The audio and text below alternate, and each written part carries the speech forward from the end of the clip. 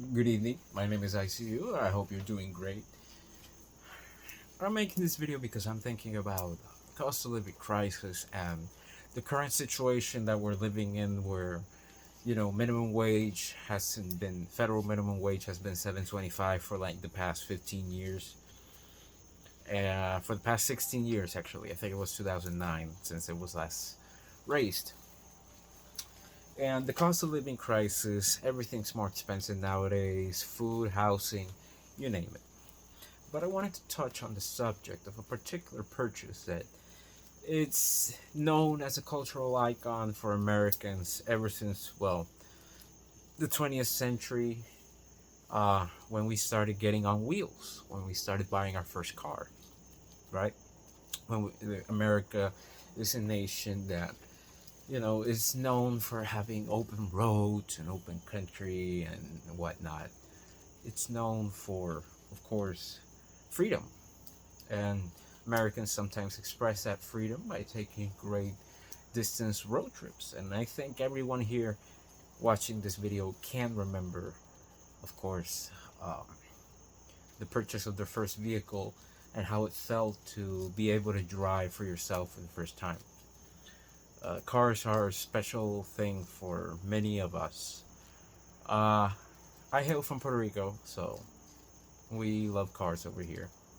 I love any type of car really. I'm not gonna talk about brands because it's a different subject. Nowadays, sometimes I prefer to buy used cars, but people, sometimes need to buy new cars, of course.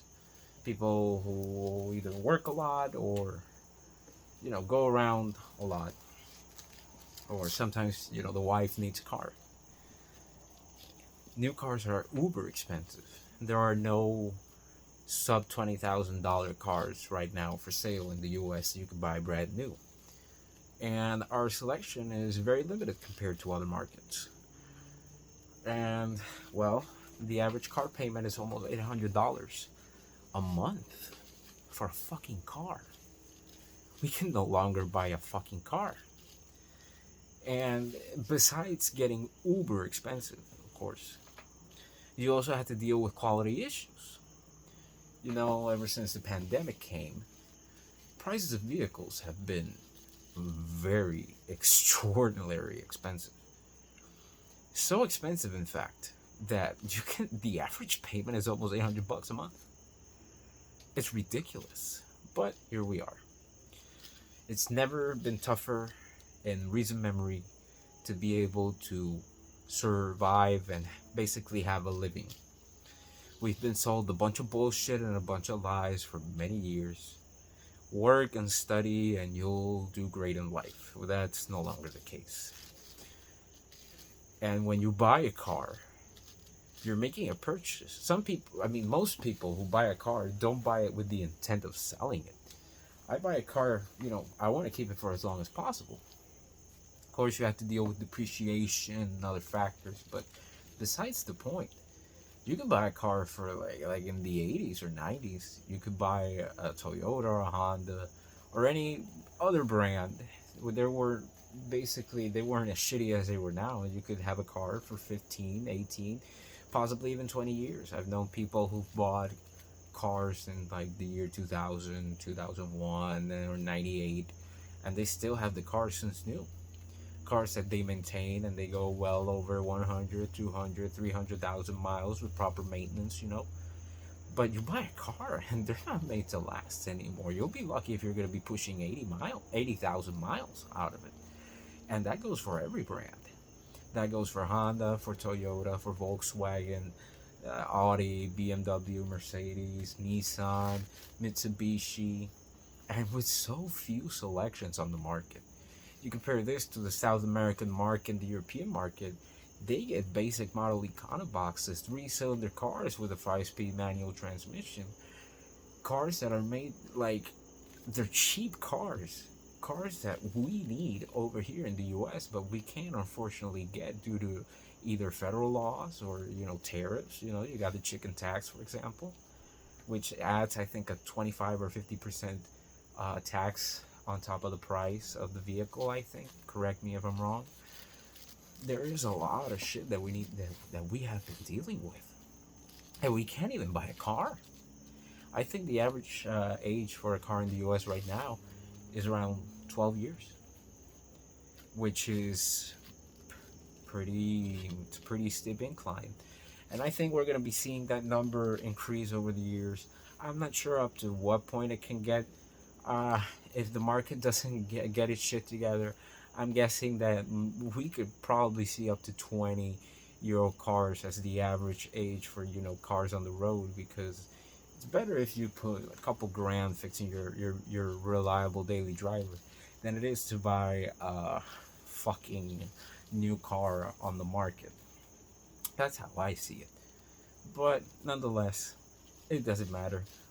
I'm gonna be keeping my old shit boxes for as long as possible. I can bet you that. And I advise you do the same thing. If right now you have a car that's pretty reliable, if you have a daily driver that you can be using every day, that you can probably squeeze a few years out of it, go ahead and do it, man. Just like put the money into it. You'll probably get your money's worth. I'm gonna stick with my shit boxes. I'm gonna keep driving them until the wheels fall off, because this new market is absolute trash. You also got electric vehicles, which they're fine. I have nothing against electric vehicles. What I don't like is the fucking government trying to shove electric vehicles down our throats every 20 minutes. When the infrastructure isn't there, there's no incentive into owning an electric vehicle. Their disposable batteries cost thousands and thousands of dollars. And let's face it, I don't have thousands and thousands of dollars for a fucking battery pack. And I'm a cheap ass, so I would rather much keep my gas cars for a few, as long as possible. I have my cars are manual. I'm not gonna say which cars I got, but they're manual transmission. So yeah, so that's what I recommend. Honestly, keep your used cars, keep up the maintenance, change your fluids, check your tires, do everything you need to do for you to keep your vehicles running. This is a very unprecedented time in history, and tariffs of the new president, whatever, they're not gonna help. They're gonna screw us even more. I just wish we could get access to cars from other markets, but hey, it's the U.S. and corporate America runs this fucking country, so I don't think we're gonna be seeing that anytime soon. But I heavily advise you, viewers who are watching this right now, vote with your wallet. Vote with your wallet. Don't give money to these companies who just want to make money and make their investors rich and sell you a shitty product. Vote with your wallets. We're getting up to a dangerous point in history of the economy and the new oligarchy in the US. Vote with your fucking money. This isn't a joke. The market is in serious trouble, and we, the consumer, need freedom. So make sure to keep your old cars running, keep them going, and don't buy new cars. Let your money vote and tell these companies that we want cheap EconoBox cars, that we want to be put on wheels again, and we want options. We don't want luxury and electric vehicles shoved down our throats. We want EconoBox options, and we want them with a manual. So anyway, guys, talk to you soon. It was just a quick video. Just wanted to express this, wanted to talk to you guys, see what the community thinks, get your perspective, see if I change mine. Maybe, perhaps I will, perhaps I won't, but I still want to get in touch with you guys, so please let me know what you think. Take care.